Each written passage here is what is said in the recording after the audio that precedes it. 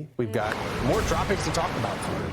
I know. Tropics is literally just going to be the big story over the next little bit, in addition to that cold front that's coming down the line. Tropical Storm Flossie still continuing to strengthen. It formed yesterday morning, prompting tropical storm watches for the southwest coast of Mexico, and it is expected to become a hurricane. Now, we've got a little ways to go, currently sitting at around 50 miles per hour, but right on the heels of Flossie comes another area to watch. It really just seems like a wash, rinse, and repeat for this zone of the EPAC, you know, just to the south of the Mexican coastline, kind of hugging that border with Central America. Flossie at this point showing much better organization, I would say. Still waiting for that clear center of low pressure to really form with that eye. But, I mean, we're looking at 50-mile-per-hour winds here, moving northwest at 10, just skirting parallel to the west coast of Mexico, which they're on high alert after having a major hurricane make landfall, I would say, no more than a couple of weeks ago. And so really west coast of Mexico has been on alert for the past couple of months. The EPAC has been showing off. This is the earliest F-name storm that they have had, I think beating the previous record that went back to 2018 or 2019, something in that range.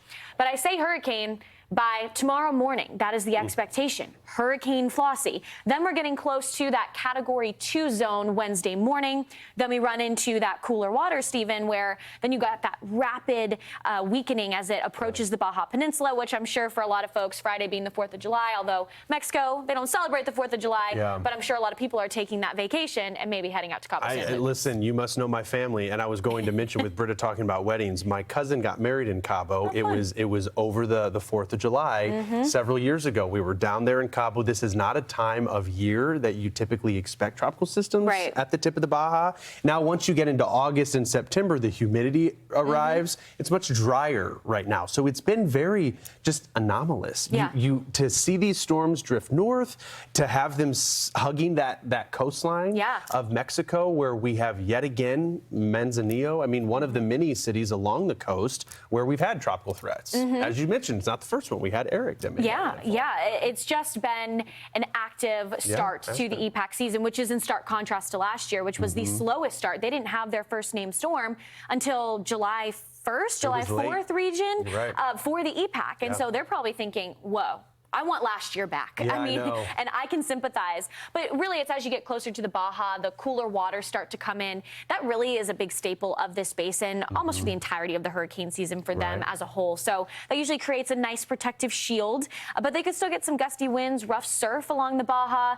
Temperatures right now are running right around average, if not a touch below, specifically where Flossie's at. But it's still well warm enough to support tropical. And when we look at the zones collectively from the Eastern Pacific and the Atlantic Basin, it really has just been this little pocket just south of Acapulco or just to the west where we have seen some organization. We looked at this on Friday and there still wasn't a defined center, and we had the guidance all over the place. At least there's some agreement now that we have a low associated with this one. So that'll be the trend over the next couple of days with this storm. All right, pay attention, Cabo. Might have some squally weather try to move through.